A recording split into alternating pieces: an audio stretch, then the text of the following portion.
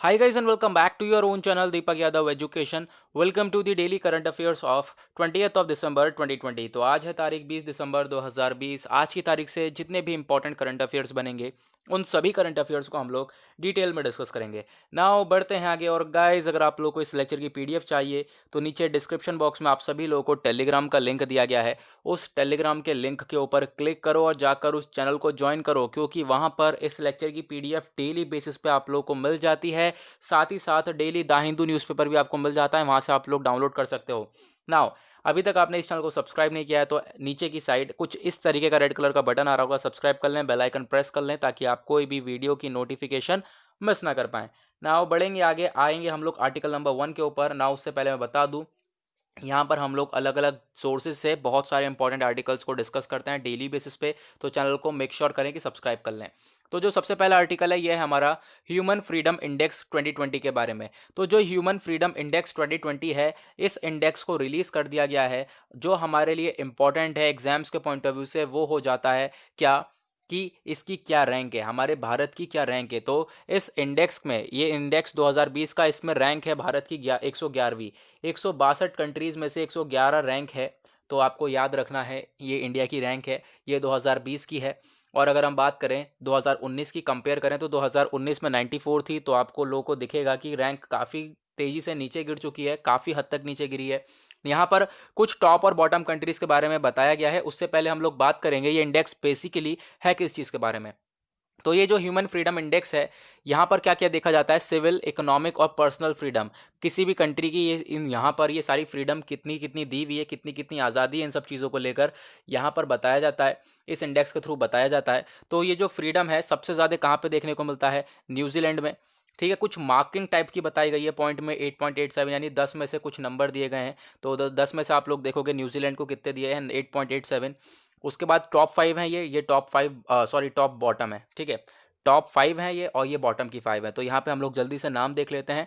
पहला है न्यूजीलैंड, दूसरा स्विट्जरलैंड, तीसरा हांगकांग, चौथा डेनमार्क और पांचवा ऑस्ट्रेलिया। इधर हम बात करें बॉटम कंट्रीज़ की, तो इस इंडेक्स में नीचे की साइड कौन कौन सी कंट्रीज़ हैं।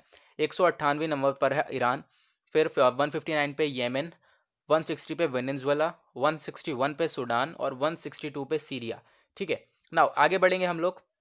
यहाँ पर थोड़ा सा डिटेल बताया गया है और वही सारी चीज़ें बताएंगे जो मैंने अभी आप लोगों को समझाई है। बेसिकली यहाँ पे एक और चीज़ क्या है, इंडिया का कितना स्कोर था। इंडिया का स्कोर है इसमें 6.30, आउट ऑफ 10 6.30 है। और रैंक कितनी है, 111वीं रैंक है। ये दो चीज़ें आपको बेसिक चीज़ें याद रखनी है। ठीक है, न्यूजीलैंड, स्विट्जरलैंड, हांगकांग ये टॉप के ऊपर हैं, बिल्कुल टॉप पर हैं। जो सबसे इंपॉर्टेंट चीज़ एक और यहाँ पर यह है कि चाइना का हम बात करें, चाइना की 129वीं रैंक है इसके अंदर, बांग्लादेश की 139वीं रैंक है और पाकिस्तान की 140 रैंक है, यानी कि इंडिया इन सबसे बेहतर चल रहा है। ओके, नाउ यहाँ पर अब मेन चीज़ आती है जो काफ़ी हद तक पूछी जा सकती है क्वेश्चन में। जो ये ह्यूमन फ्रीडम इंडेक्स है, इसको कौन पब्लिश करता है। इसको पब्लिश करा गया था अमेरिकन थिंक टैंक कैटो इंस्टीट्यूट के द्वारा और फ्रासर इंस्टीट्यूट इन कनाडा के द्वारा। यहाँ पर इनके आपस में मिलकर इसको रिलीज़ करा गया था। ठीक है, साथ ही साथ यहाँ पर क्या क्या चीज़ें देखी जाती है इस इंडेक्स में, वो देखा जाता है कंट्रीज़ के अंदर में सिविल इकोनॉमिक फ्रीडम कितनी कितनी आज़ादी हैं लोगों को। ओके, तो ये सारी चीज़ें बताई जाती हैं। और यहाँ पे कुछ इंस्टीट्यूट का ये भी कहना है कि अगर हम पूरी दुनिया की अगर हम बात करें, पूरी दुनिया के अंदर काफ़ी हद तक जो ये फ्रीडम है, आज़ादी है, वो गिरती हुई नज़र आई है, डिक्लाइन होती हुई दिखी है सिंस 2008। ओके, नाउ गाइज उसी के साथ होता है आर्टिकल नंबर 1 कंप्लीट। आते हैं हम लोग 2 के ऊपर। इस सेकंड आर्टिकल में बात करी जा रही है ग्रेट कंजंक्शन के बारे में। अब यहाँ पे देखो ये है क्या, क्रिसमस स्टार के बारे में बात करी जा रही है। देखो 2020 है, सारी चीज़ें अनोखी हो रही हैं, तो एक और अनोखी चीज़ होनी बाकी है। 25 दिसंबर को, यानी 25 दिसंबर से पहले हम लोगों को क्रिसमस स्टार दिखेगा। और ये क्रिसमस स्टार दिखेगा 400 साल बाद, 400 ईयर्स के बाद ऐसा हम लोगों को कोई क्रिसमस स्टार दिखने वाला है। बेसिकली ये कोई स्टार नहीं है, मैं आपको बताऊं तो ये है क्या, ये जुपिटर और सैटर्न एक लाइन में आ जाएंगे, यानी कि जैसे ये सन हो गया, ठीक है, उसके बाद हमारे प्लैनेट्स हो गए, ये सब ऑर्बिट हो गई। ठीक है, मैं आपको एक स्ट्रक्चर बना के दिखा देता हूँ। यहाँ पे सपोज करते हैं हम लोग, यहाँ पे जुपिटर सैटर्न है। ठीक है, तो जुपिटर सैटर्न ये लाइन में जब आ जाएंगे आपस में, ठीक है, आगे पीछे होते हैं आपको मालूम होगा, जब ये एक साथ लाइन में आ जाएंगे और हमारी अर्थ से, हमारी पृथ्वी से ये बिल्कुल दिखाई देंगे इस तरीके से। हमारी पृथ्वी से जब ये दिखाई देंगे, जब ये आपस में लाइन में आ जाएंगे, तो इसको बेसिकली बोला जा रहा है क्रिसमस स्टार। देखो ये बहुत रेयर केसेस में होता है, बहुत मुश्किल में होता है कि आपस में एक साथ लाइन में आए। ठीक है, एक साथ लाइन में बहुत मुश्किल से आते हैं ये लोग, जुपिटर और सैटर्न। तो फिर ऐसा यहाँ पे 400 साल बाद होने वाला है, तो उसी को देखकर बताया गया है ये कि ये क्रिसमस स्टार देखने को मिलेगा हम लोग को। 400 साल बाद सैटर्न और जुपिटर जो है आपस में बहुत पास आ जाएंगे, जिसे हम लोग बोल रहे हैं ग्रेट कंजंक्शन। ठीक है, जिसे बोला जा रहा है क्रिसमस स्टार। ओके, नाउ यहाँ पे आगे बढ़ेंगे तो थोड़ा सा डिटेल देखेंगे। ये बेसिकली बात हो रही है 21 दिसंबर की। ठीक है, 21 दिसंबर को ये यानी कल के दिन आपको ये चीज़ें देखने को मिलेंगी। तो यहाँ पे सभी लोग जो भी पृथ्वी पे रहते हैं उनको ये देखने को मिल सकता है। ठीक है, ये कंजंक्शन कोई एक आप कह सकते हो अनोखी चीज़ नहीं है, ये बहुत होता है। सैटर्न जुपिटर के बीच में यहाँ पर देखने को मिलता है। बहुत सारे यहाँ पे एस्टेरॉयड के बीच में देखने को मिलता है, बहुत सारे हमारे प्लैनेट हो गए। ठीक है, प्लैनेट के बाद जो हमारे एस्टेरॉयड होते हैं, आपस में प्लैनेट और एस्टेरॉयड जब लाइन में आ जाते हैं ना, तो भी यहाँ पे ये सिचुएशन देखने को मिलती है। उसी तरीके से यहाँ पे सैटर्न और जुपिटर जब एक आपसी लाइन में आ जाते हैं तो भी ये सिचुएशन देखने को मिलती है। तो ये कोई यूनिक बात नहीं है, ठीक है, कोई अनोखी बात नहीं है, ऐसा पहले हो चुका है। अगेन यहाँ पे हम लोग को ये देखने को मिल रहा है। आगे 2020 है, अभी खत्म हो रहा है साल, अभी देखो क्या क्या नई नई चीज़ें हम लोग को देखने को मिल सकती हैं। ओके, तो जो ये एस्ट्रोनॉमर्स हैं उन्होंने इसका एक नया वर्ड इस्तेमाल कर दिया है, ग्रेट कंजंक्शन। ग्रेट कंजंक्शन क्या, ग्रेट नाम क्यों दिया है? क्योंकि सैटर्न और जुपिटर के साइज बहुत बड़े बड़े हैं। नाउ यहाँ पे देखो ये काफ़ी टाइम बाद देखने को मिल रहा है। ऐसा क्यों? क्योंकि देखो जुपिटर जो है, जुपिटर को 12 साल रखते हैं एक चक्कर मारने में, अपने ऑर्बिट पे एक चक्कर मारने में 12 साल रखते हैं। सैटर्न को लगते हैं 30 साल। तो आप समझ सकते हो 30 साल 12 साल, तो इस तरीके से घूमते घामते आ रहे हैं। और आपको ये भी मालूम होगा कि ये अपोजिट घूम रहे हैं। ठीक है, जुपिटर इधर से आ रहा है, सैटर्न इधर से आ रहा है। तो ये थोड़ी ही देर में क्या होगा, ये अपनी जगह से इधर आ जाएगा, इधर से आ जाएगा, थोड़ी देर के लिए आपसी लाइन में आएंगे। ठीक है, तो ये चीज़ यहाँ पे बताई जा रही है और बहुत रेयर बताया जा रहा है, क्योंकि ये 400 साल बाद हम लोग को देखने को मिलेगा। ओके, तो गाइज आते हैं हम लोग नेक्स्ट आर्टिकल की तरफ। यहाँ पे थोड़ा हैकिंग के बारे में बात करेंगे। आर्टिकल नंबर 3 है सोलर विंड हैक। यूएसए के अंदर बहुत सारी आप कह सकते हो गवर्नमेंट की बात करें, प्राइवेट कंपनीज हो गई, इनके अंदर साइबर अटैक देखने को मिला है। ठीक है, यानी कि हैकिंग वगैरह देखने को मिली है, उनके सॉफ्टवेयर हैक्स हुए हैं। तो फिर उसी के बारे में बताया गया है कि जो सोलर विंड हैक है, एक साइबर अटैक हुआ है, रिसेंटली डिस्कवर करा गया है यूनाइटेड स्टेट्स यानी अमेरिका में। कहाँ पर? खासकर ही जो ये अगेंस्ट है, किसके? यूएस गवर्नमेंट के अगेंस्ट है, प्राइवेट कंपनीज के अगेंस्ट है वहाँ की।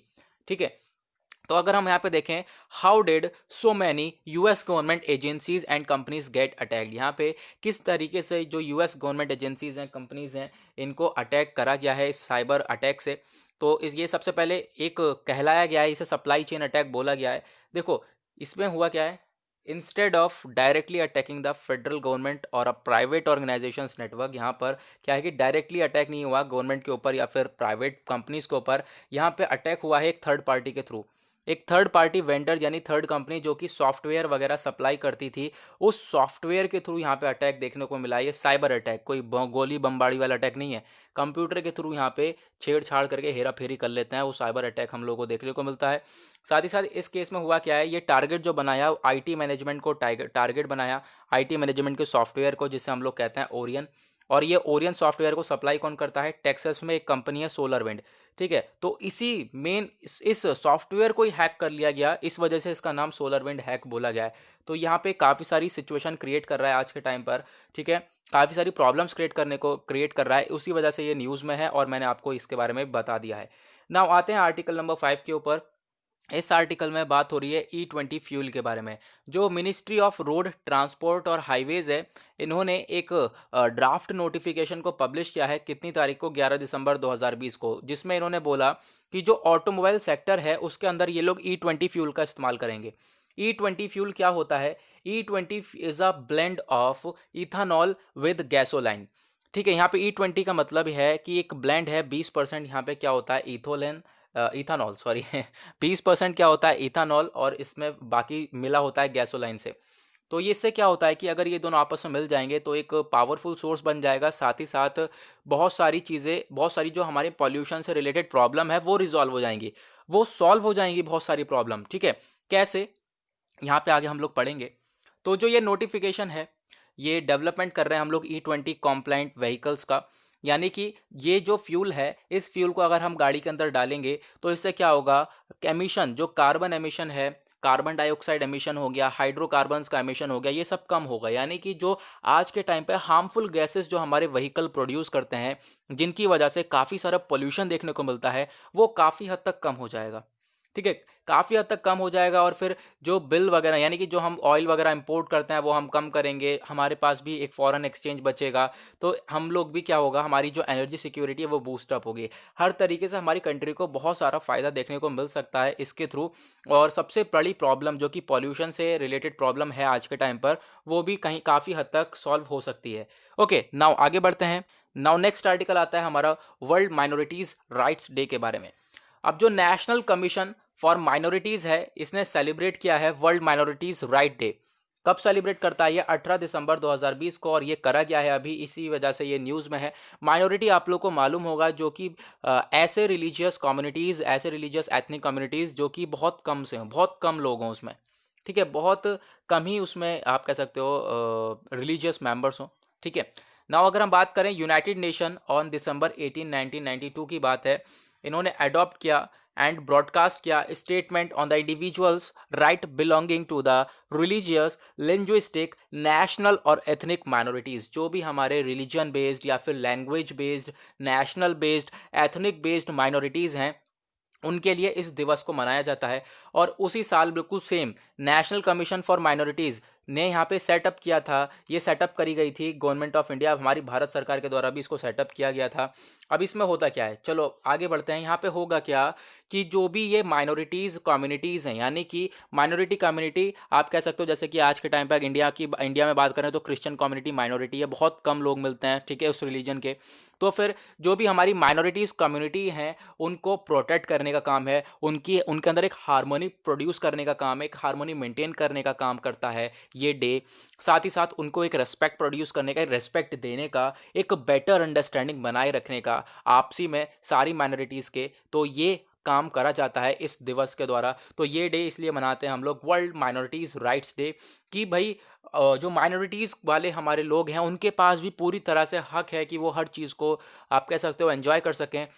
और हमारा संविधान, भारत के संविधान क्या बोलता है कि हर एक के पास इक्वल राइट है। इक्वल राइट है सारे सिटीजन्स के पास, इक्वल राइट्स हैं हर एक linguistic, ethnic, cultural, religious minorities के पास, सबके पास एक ही राइट्स हैं। तो सभी लोग अपने एक तरीके के चीज़ों को, एक साथ चीज़ों को एंजॉय कर सकते हैं। ओके, ना उसके बाद आएंगे आज के लास्ट आर्टिकल के ऊपर। इसमें डीआरडीओ सिस्टम्स के बारे में बात हो रही है।